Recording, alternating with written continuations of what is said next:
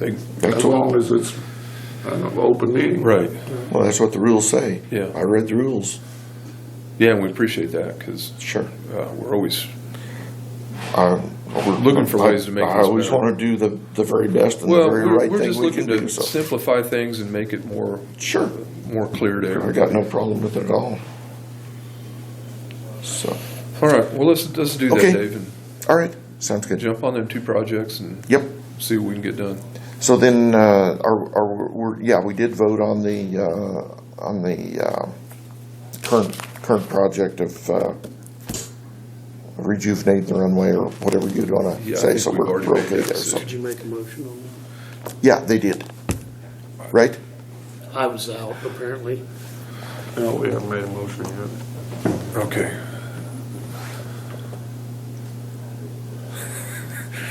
Okay, what we need to do is make a motion to go ahead and approve the improvements to the runway drainage on the north end of the runway. Right. Is that pretty close? Yep. And the total project. Let's see if there's a name for it. Rehabilitate runway, including edge drains, is the project description. Okay. Is there a motion to go ahead and do that? I'll make a motion to approve that. Second. All those in favor? Aye. Okay. So now it's official. Okay. I thought we'd done that once, but It all kind of meshes together, didn't it? Better safe than sorry. yeah, yes, that's right, exactly. Okay, that's all I've got. And All right. appreciate you guys' help, and we'll keep doing our best. All right, thank you. Thank you.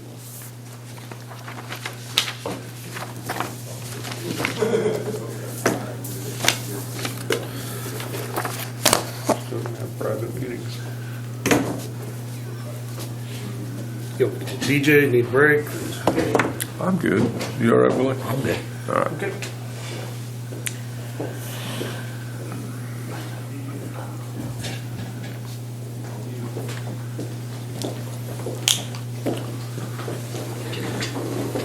Morning. Morning, DJ. Well, the only thing I have today is our chemical cost share for the ground and aerial fall application. Like I said, there was about roughly 28 or 3,000 acres turned in, and it's basically cost us $2 an acre.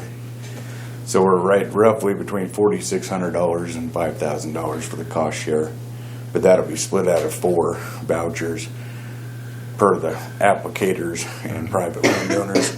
But I'm over that $1,500, and I wanted to let you guys know where we were at, and that'll finish our chemical cost share and spraying for the season. Okay. Any discussion? We gotta get some acres turned in yet. I don't know with this freeze, we got down to 7 degrees this morning. I don't think the rosettes are gonna survive another couple days. As I've been talking with a couple of the airports, and they're wanting to shut down. Shit, the leaves haven't even come off the trees. Yeah, but right now I'm probably gonna be shy 300 acres that we're not gonna get done that's That's turned what in. ours are. What we're gonna spray is there's trees. Yeah. I mean, I ain't saying it can't be done, because obviously we're gonna get a warmer temperature come here through like the rest of the month and into November. I just don't know what the growth of the musk rosettes are gonna do. I'm not gonna make decisions that cost landowners money if the plant already died because it froze. Yeah. Those weeds will freeze and die? Is that what you're saying? Yes. And they really don't die, they just go dormant. Yeah, they go dormant, excuse me. So spraying them doesn't do a bit of good then? Not after, you can get down to 15, 16 degrees for 8, 9 hours, they'll still survive, but where we've dropped down to single digit temperatures for an hour or so, they're probably going into a full dormancy. I don't think we have enough snow layer to give us an insulation to keep it from happening at this time. Well, they got a lot of acres they haven't done yet, haven't they? We've got everything done except for 300 acres, and I don't know where that is at. I haven't got with any.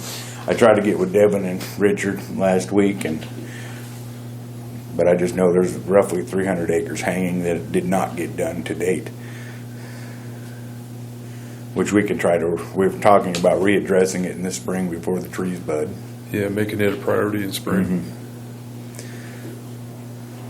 Makes sense. But no, I just wanted to let you know that I'm, for this year's aerial fall, we're pushing $5,000 in cost share. But that'll be over 3-4 vouchers paid out. Okay.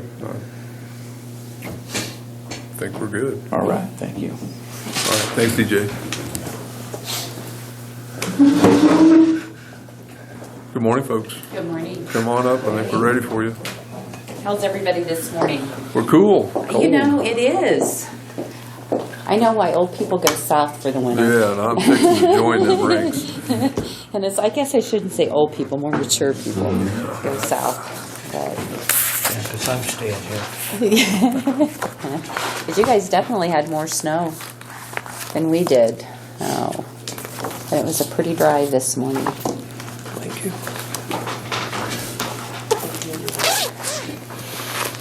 So Alicia, my mom, wanted to say sorry that she couldn't make it this morning. So you guys get stuck with me again. So I'm sorry about that. And me. And Julie, but Julie's top shelf. So. Oh. Well, before we get started on the reports, does anybody have any questions or No, how things have been working? I think so. We haven't heard anything Okay. complaint-wise or. Okay, good. That's what I like to hear.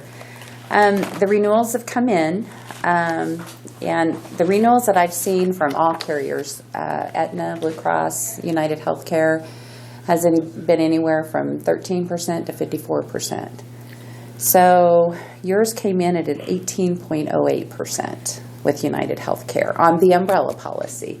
Got to remember that's on the high deductible and not the total premium. So in looking at what your current benefits are for the high deductible, and then the second column is the renewal for the high deductible coming in at 18.08%. United Healthcare does have we look at the different umbrella policies to put your underlying plan under to see if there's something out there. We did quote the $4,000 with United Healthcare, but the $6,000 deductible would still be the best plan for your umbrella policy. We did request a quote from Blue Cross and Blue Shield. Basically, on a group your size, it's either United Healthcare or Blue Cross without having to do health statements, and with Aetna by doing health statements. Based on the medical claims and the diagnosis that you have this last year, I doubt that we could go through medical underwriting and be approved with Aetna. So we did get the Blue Cross and Blue Shield online. They have two different plans. The very last plan is comparable to what you currently have with the $6,550 out of pocket, and it's what we call a copay plan. It come in at 8.66% above your current. So those rates are less than what your renewal is with United Healthcare. And the reason that they're in red is because you're under 50 and it's age rated. So we took everybody and made it into a composite rate for easy comparison. So under the renewal with United Healthcare for single, you're looking at $581.78. With Blue Cross, it's $535.39. So bottom line, based on an projected annualized basis, based on 12 single, 7 employing spouse, 4 employing children, and 15 families, you're looking at $492,183 with United Healthcare and $452,938.92 with Blue Cross.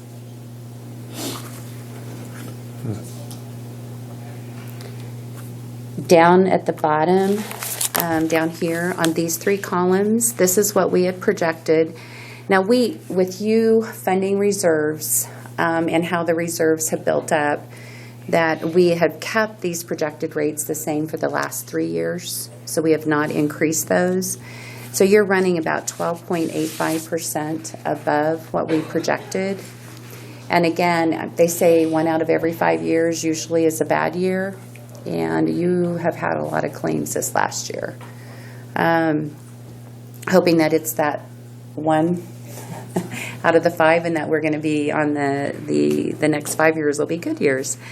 And with what you have in reserves, you're running actual cost is $710.06 for single, $1395.11 for employee and spouse, $1223.84 employee and children, and $1737.63 family.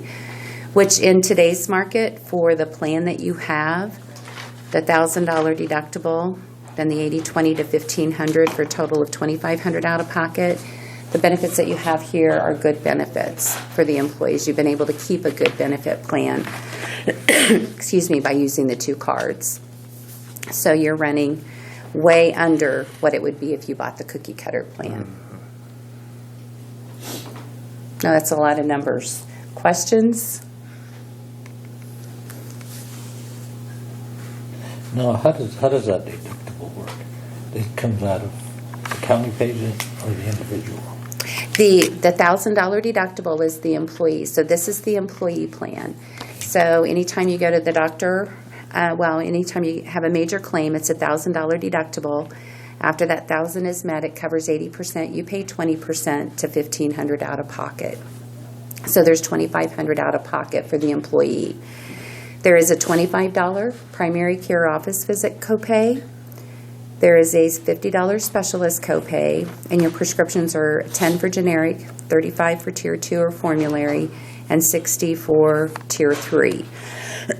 And how the 2 cards work is that when you go now to the doctor or the hospital, you present both cards. And the United Healthcare card goes towards the $6,000 employer deductible. And then it's filed to Freedom Claims, and we pay according to the employee's benefits. So this is the employee's out of pocket. This is the employer's out of pocket.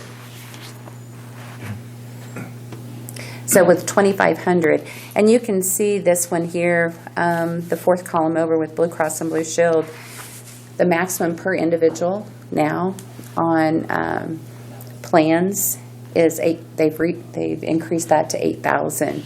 And your out-of-pocket for the employees is $2,500. And on the new cookie cutter plans, the out-of-network, there's no maximum. So they've increased the employees individual to $8,000, $16,000 per family, and no maximum on the out-of-network claims under healthcare reform. So the benefits down here are very good benefits that you have for the employee.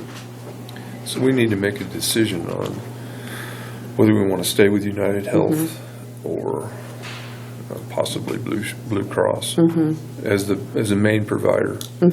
Yes. The underlying plan is working by being able to buy the higher deductible and then designing that employee benefit plan. But yes, in looking at the players for the umbrella policy would either be staying with United Healthcare or going to Blue Cross. Now, by going to Blue Cross, everybody would have to do, you don't have to do any health statements because it's a guarantee issue. But we would have to do an application on everybody, just getting their personal information and having them sign how they want to enroll for the 2020 year. Formularies could change on your prescriptions. So that's one thing to look at, is that if an employee either had step therapy or prior authorization, we would want to get ahead of that. And So they'd have to yes. Yeah, it would be like it's going from one carrier and there's nothing that carries over, Right. so you would have to start fresh. So if you had a procedure that was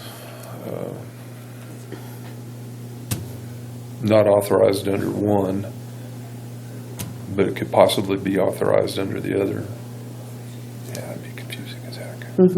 Or if you were going to have a procedure and you had it pre-authorized with United Healthcare, then we would have to make sure that it was pre-authorized. You would have to start that procedure all over again if it was after January 1. Okay. So, yeah, I mean, unfortunately, things don't carry over.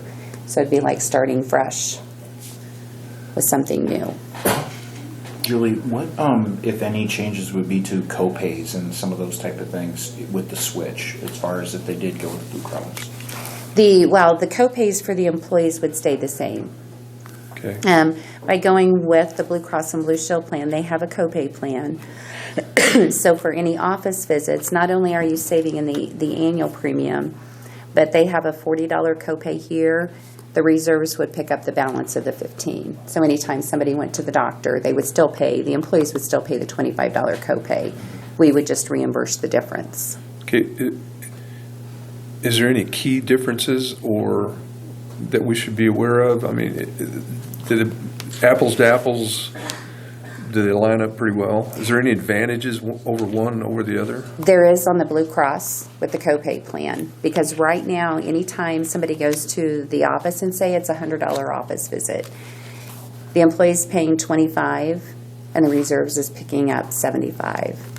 Under the Blue Cross plan, at the $40 copay, the reserves would only be picking up the $15. Same way on the prescriptions, they have a $15 copay, you have a $10. Reserves would only be picking up the $5 instead of paying the balance. So there would be a little more out of pocket for, No. It would be less out Less of pocket for the reserves well, I to think go. that's what I was, Yeah, it would yeah. be more out of pocket with United Health. Yes, yes. Blue Cross. So the copay plan here works to your benefit.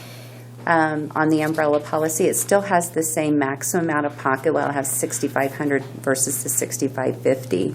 But not only are you saying in the annualized premium down here, but you're saving in reserves on your office visit copays and prescription copays. And then let me back up a minute here on the pre-certification and the prescriptions.